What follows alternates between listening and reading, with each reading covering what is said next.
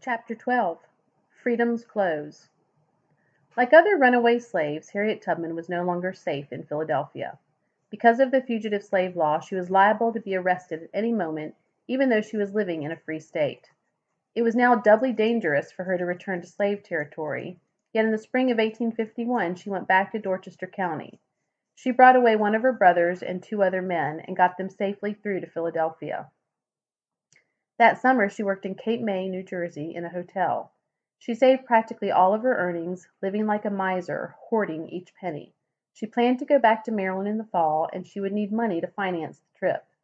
This was to be a special trip with only one purpose behind it: to persuade John Tubman to go north with her. It had been 2 years since she had seen him. During that time she had not only forgiven him for his threat to betray her, but she had begun to remember all the things about him that made her fall in love with him: his easy laughter, his sense of humor, the tall, broad-shouldered build of him. And so one night in the fall of 1851 she arrived at the plantation again. She lingered in the woods on the edge of the fields, impatiently anticipating the moment when she would see John face to face. The big house was mellow with light, and in a sense so were the cabins in the quarter, for the flickering light from the fireplaces showed through the doorways, soft, yellowish. She was wearing a man's suit, a man's felt hat on her head. She felt perfectly safe, confident. She knew that the master, Dr. Thompson, would not expect her to return to the plantation from which she had once managed to escape. Besides, she had been back here before. Her knowledge of the route was so sure that she could go north rapidly now, knowing all the stops along the way, where it was safe to spend the night, which houses would provide a warm welcome. With this knowledge she could easily refute all of John's arguments about the dangers involved for those who ran away. Late that night she went toward the cabin where she had lived with John Tubman, knocked softly. She heard the murmur of voices. Then John opened the door. At first she saw only his face, the familiar, beloved face that she for weeks now longed to see again. She had forgotten how tall he was, how broad his shoulders. She held out her hands, smiling at him. He simply stared at her. She remembered the man's suit, the old felt hat, and she said, chuckling, "It's Harriet." For the first time she noticed that he was not alone in the cabin. A woman got up from a stool near the fireplace and came and stood beside him. She was young, slender, infinitely more attractive than Harriet. Harriet tried to explain why she had come back, but the words did not come easily. She felt like an outsider, a stranger.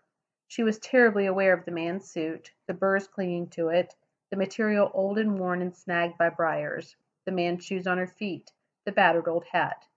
The two people standing there side by side, silhouetted in the doorway, light from the fireplace behind them, seemed to belong in the cabin. Something in their posture suggested that she did not, that she was an intruder. She spoke of the North and how they could live there together and possibly have children. There was a yearning tenderness in her voice. She said, "I came back for you, John." "Me?" he said, and put his arm around the young woman.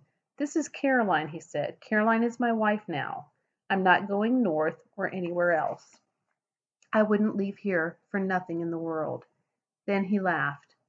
Harriet had wanted to hear him laugh again, hear that happy, carefree laughter of his, but not this way. She hated the sound of it. It was mocking laughter, and the woman standing there beside him was laughing too. She lifted her head proudly. She would never let either of them know that a world had collapsed for her, a dream had been destroyed. "John," she said. Oh, John! Pleading, desperate. How wrong she had been to make plans for him. Why had she assumed that he would be willing to go north with her when he had refused before? She had forgotten that she had always been imbued with the idea of freedom, magic in the very sound of the word, and he had always been indifferent to it, perhaps because he possessed it himself. She thought with something like contempt, he should have been a slave, he deserves to be one.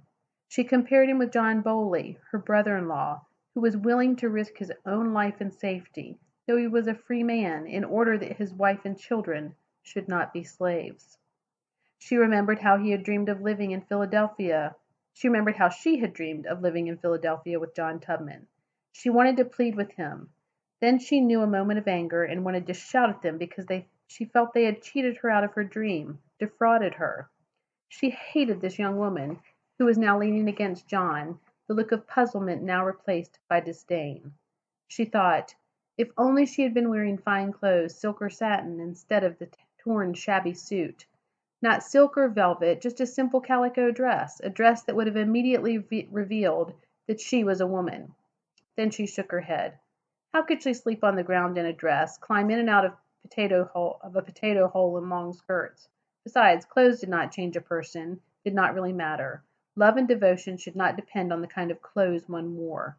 A man's suit or a woman's dress would not have made one whit of difference. Neither the one nor the other could alter or change the kind of person that she was. Her mind, her soul, would always wear freedom's clothes. John's never would. And yet, I came back for you, John, she said again. John and the woman laughed. Harriet stood there for a moment wanting to cry. She thought of the long way she had come, of the money she had earned doing the housework that she hated, remembered how for months she had condemned him in her mind as worthless, and how that judgment had been softened by time until she had remembered only the good in him, re-experiencing in retrospect the moments of warmth, of understanding, remembering how she had made the colorful quilt, dreaming about him like any young engaged girl.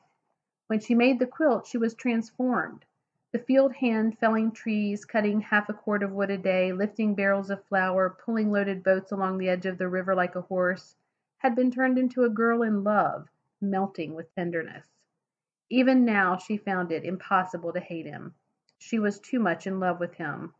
But there was an emptiness, vast, unfillable inside of her. It would stay with her forever. Suddenly she remembered his previous threat. It wasn't safe to stay here. He might betray her. He had always said that he would. She turned away, taking with her the memory of John Tubman and the young woman Caroline who had replaced her in his life.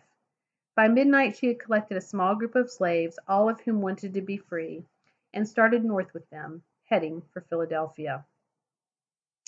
The Reverend Theodore Parker, who when a boy bought a Latin dictionary with the first money he ever earned, was chairman of the executive committee of the Boston Vigilance Committee. On November 21, 1850, he wrote a letter to Millard Fillmore, who was then President of the United States. In the letter he not only expressed his own conviction that the Fugitive Slave Act was wrong, but he eloquently expressed the refusal of the abolitionists to obey the law. I am not a man who loves violence. I respect the sacredness of human life, but this I say solemnly, that I will do all in my power to rescue any fugitive slave from the hands of any officer who attempts to return him to bondage. I will do it as readily as I would lift a man out of the water, or pluck him from the teeth of a wolf, or snatch him from the hands of a murderer. What is a fine of $1,000 and gaoling for 6 months to the liberty of a man? My money perish with me if it stand between me and the eternal law of God.